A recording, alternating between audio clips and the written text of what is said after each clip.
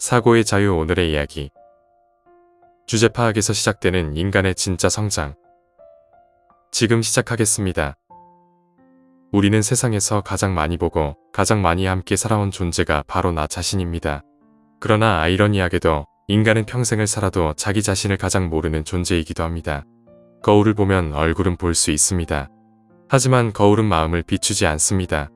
욕망, 한계, 두려움, 조건값, 그리고 가능성. 이 복잡한 내면의 변수들은 스스로를 냉정하게 바라보지 않는 이상 절대 보이지 않습니다.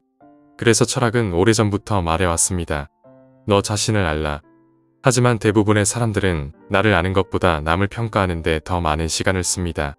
그 결과 능력 이상의 욕망을 품고 선을 넘고 남들의 길을 따라가다 인생을 소모하고 세상에 공짜가 있다고 믿으며 실패와 결핍을 반복합니다. 이 모든 문제의 출발점에는 한 가지가 있습니다. 바로 자기 객관화의 부재입니다. 오늘 이야기는 바로 그 지점에서 시작됩니다. 첫 번째, 왜 주제 파악이 철학의 첫걸음인가? 사람들은 세상은 평등해야 한다고 말합니다. 기회가 공평해야 한다고 외칩니다. 정의가 살아있어야 한다고 주장합니다. 그 말들은 틀리지 않습니다. 그러나 문제는 그대로입니다.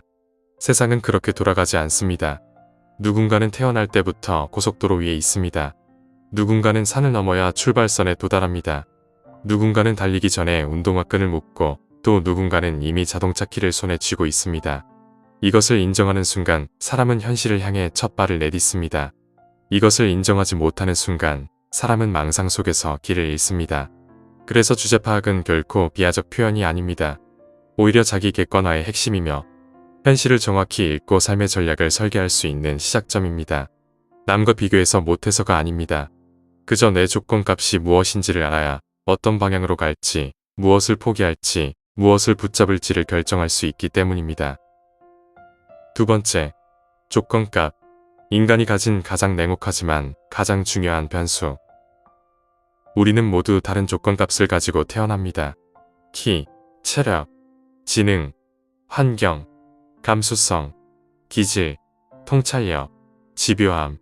이 모든 요소들이 한 사람의 그릇을 구성합니다. 여기서 가장 중요한 진실이 하나 있습니다. 그릇은 커질 수도 있지만 그릇의 형태는 바뀌지 않습니다. 골프채를 잡는 순간 천재처럼 감각을 가진 사람이 있고 아무리 연습해도 공이 제대로 뜨지 않는 사람이 있습니다. 음악을 들으면 곧바로 작곡 구조가 머릿속에 그려지는 사람이 있고 수천 번 들어도 감이 오지 않는 사람이 있습니다. 노력으로 넓어지는 것은 그릇의 용량일 뿐입니다.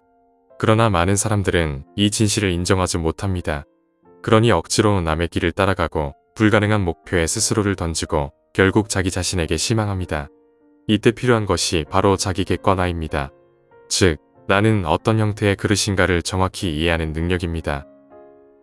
세 번째, 자기 객관화가 안 될 때 인간이 겪는 실패들. 자기 객관화가 부족한 사람은 세 가지 문제를 겪습니다. 첫째, 선을 넘습니다. 자신이 감당할 수 있는 영역과 감당할 수 없는 영역을 구분하지 못합니다.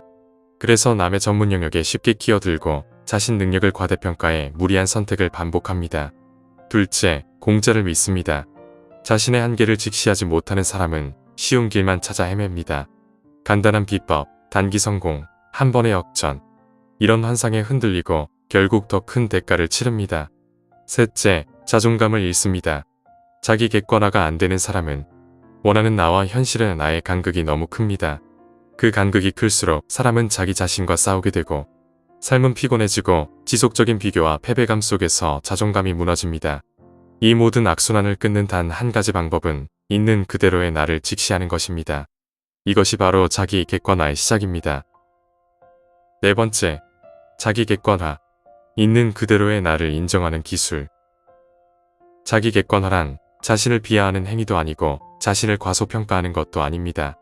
이는 자신을 객체로 바라보는 능력입니다. 감정이 아니라 사실을 중심으로 자신을 해석하는 능력입니다. 스스로에게 이렇게 말하는 것과 같습니다. 이게 내가 가진 조건값이다. 할 수 있는 것과 할 수 없는 것을 구분하자. 그리고 할 수 있는 것에 집중하자. 이런 사람들은 욕망과 현실의 간극이 적기 때문에 삶이 평온하고 주변과의 충돌도 적으며 남을 부러워하지 않고 자기 길을 꾸준히 걸어갑니다. 다섯 번째, 조건값을 인정하는 자의 압도적 힘. 드라마 육룡이 나르샤에 등장하는 길템이 화장을 하고 오도방정을 떨지만 조선 최고의 검객입니다. 많은 사람들이 의문을 품죠. 저런 사람이 어떻게 제일 검일 수 있지? 바로 이것이 자기 객관화입니다. 화장한다고 검이 약해지는 것이 아닙니다. 가벼운 성격이라고 실력이 낮아지는 것도 아닙니다. 길태미는 자신의 성격, 기질, 스타일을 부정하지 않고 있는 그대로 인정하며 동시에 검술에 있어서는 절대적인 재능과 기술을 갖고 있습니다. 즉, 나는 이런 사람이다. 라는 확고한 자기인식, 그리고 그 위에서 보여주는 절대적 능력.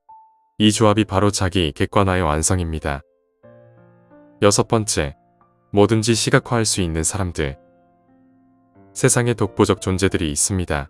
천재라 불리고 대가라 불리고 선구자라 부르는 이들. 그들은 한 가지 공통점을 갖고 있습니다.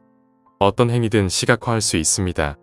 책을 쓰기 전 이미 구조가 눈에 그려지고, 사업을 시작하기 전 이미 완성된 흐름이 보여지고, 음악을 만들기 전 이미 완성된 곡이 머릿속에 재생됩니다. 이건 노력으로 도달하기 힘듭니다. 지능의 문제가 아닙니다. 경험의 문제도 아닙니다. 아리스토텔레스는 이 능력을 은유라고 말했습니다.